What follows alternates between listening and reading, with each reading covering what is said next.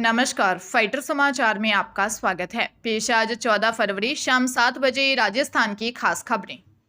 राज्यसभा की 2 सीटों पर राजस्थान में भाजपा द्वारा उम्मीदवारों की घोषणा कर दी गई है। इसके साथ ही आने वाले लोकसभा चुनावों में केंद्र सरकार के 2 दिग्गज मंत्रियों का राजस्थान से चुनाव लड़ना लगभग तय हो गया है।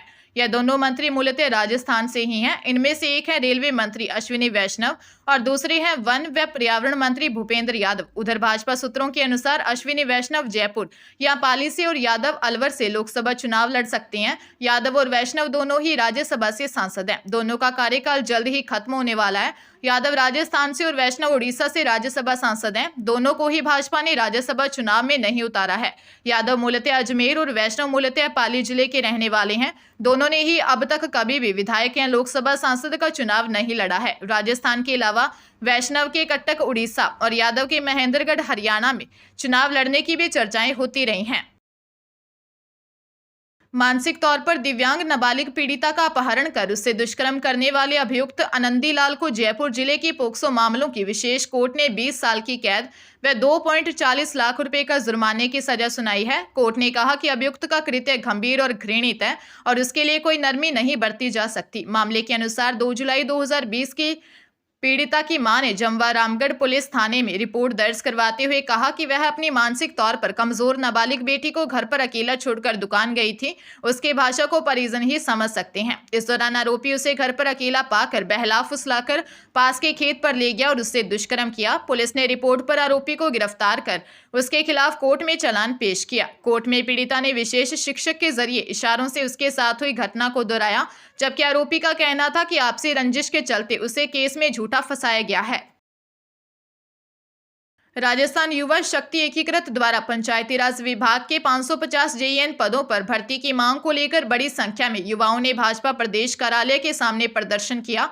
महासंघ अध्यक्ष मनोज मीना ने बताया कि पंचायती राज विभाग में 2008 के बाद विभाग के अधिकारियों की लापरवाही के चलते भर्ती नहीं हुई। वह इंजीनियरिंग छात्र लंबे समय से भर्ती को लेकर दर-दर की ठोकरें खा रहे हैं। युवाओं ने भाजपा प्रदेश अध्यक्ष सीपी जोशी से मुलाकात की। जोशी ने उन्हें जल्द ही भर्ती कराने का आश्वासन दिया। मीना ने बताया कि अगर आचार संहिता से पहले भर्ती नहीं की गई तो बड़ी संख्या में युवा सड़कों पर उतरेंगे। इसकी जिम्मेदारी सरकार की होगी।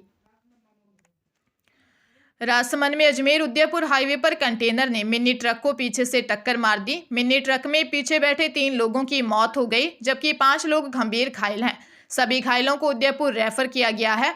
हादसा राजसमंद में हुआ। कैटरिंग का सामान से भरा मिनी ट्रक भीलवाड़ा से नाथद्वारा की ओर जा रहा था। राजसमंद के कांकरोली थाना इलाके में भीलवाड़ा बाईपास पर एक मिनी ट्रक ने कंटेनर को पीछे से टक्कर मार दी। 2 लोगों की मौके पर ही मौत हो गई।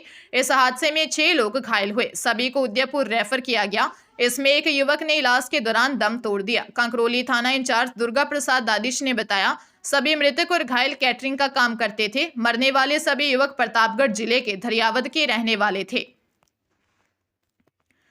हाईकोर्ट ने एक महत्वपूर्ण फैसले में कहा है कि राज्य सरकार अपने वादे से मुकरते हुए आमजन के लिए शुरू की गई किसी योजना को बंद नहीं कर सकती और न ही महिलाओं को ज्योति योजना के लाभ से वंचित कर सकती है। साथ ही राज्य के सीएस को कहा है कि वे चिकित्सा व स्वास्थ्य सचिव की अध्यक्षता में एक कमेटी बनाए जो 3 महीने में उन सभी महिलाओं को ज्योति योजना का लाभ मुहैया करवाए जिनके नसबंदी के समय 1 या 2 बच्चियां थी। साथ ही राज्य सरकार ज्योति योजना के संबंध में 19 अगस्त 2011 को जारी सर्कुलर के अनुसार ऐसे दावों की छानबीन कर योग्य लोगों को योजना का लाभ दे।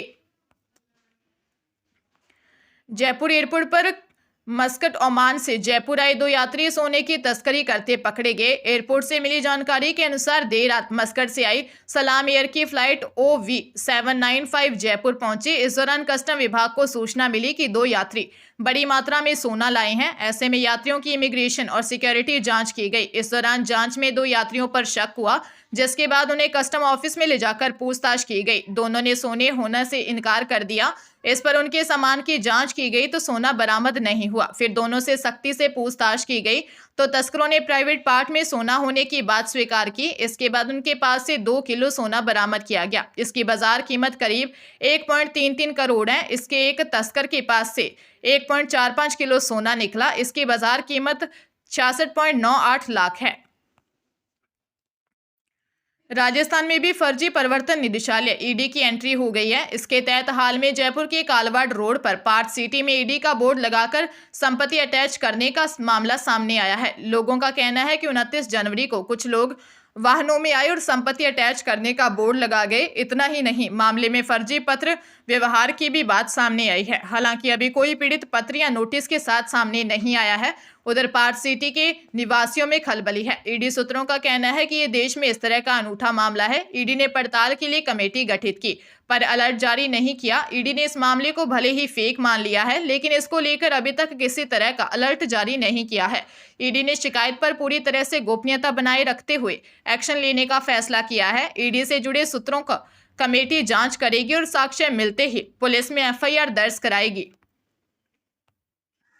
अस्पतालों के वार्डों और आईसीयू में हर समय साथ रहकर सेवा देने और कॉलेजों में पढ़ाने वाले नर्सेस से चिकित्सा विभाग ने पीएचडी करने के बाद अपने नाम के आगे डॉक्टर शब्द लगाने की अनुमति नहीं दी है। चिकित्सा विभाग के निदेशक सुरेश नवल ने पीएचडी कर चुके नर्सेस को अपने नाम के आगे डॉक्टर नहीं लिखने का आदेश निकालकर विश्वविद्यालय अनुदान आयोग नई दिल्ली के आदेश को चुनौती दी है। ऐसे में राज्य में पीएचडी कर चुके 200 से ज्यादा नर्सेज अनुमति नहीं मिलने पर परेशानी में आ गए हैं। अब मामला मुख्यमंत्री, चिकित्सा मंत्री, उच्च शिक्षा मंत्री, चिकित्सा एवं मेडिकल शिक्षा के मुख्य सचिव और अतिरिक्त मुख्य सचिव के पास पहुंच चुका है। राजस्थान नर्सेज एसोसिएशन के प्रदेश कार्यकारी अध्यक्ष नरेंद्र सिंह शेखावत व nursing teacher association of India के प्रदेशाध्यक्ष पुरुषोत्तम कुंभस का कहना है कि विभाग का आदेश एक तुगलकी फरमान है। इससे हेल्थ के क्षेत्र में होने वाली रिसर्च को धक्का लगेगा।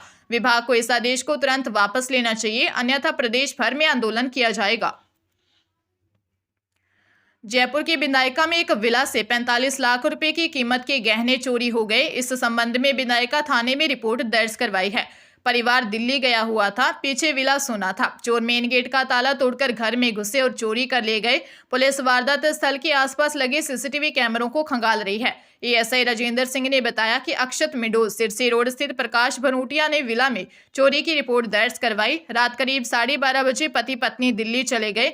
इसके बाद चोर मेन गेट का ताला तोड़कर घर में घुसे, कमरे में रखी अलमारी का ताला तोड़कर करीब 45 लाख रुपए कीमत के गहने और 20,000 रुपए चोरी कर ले गए।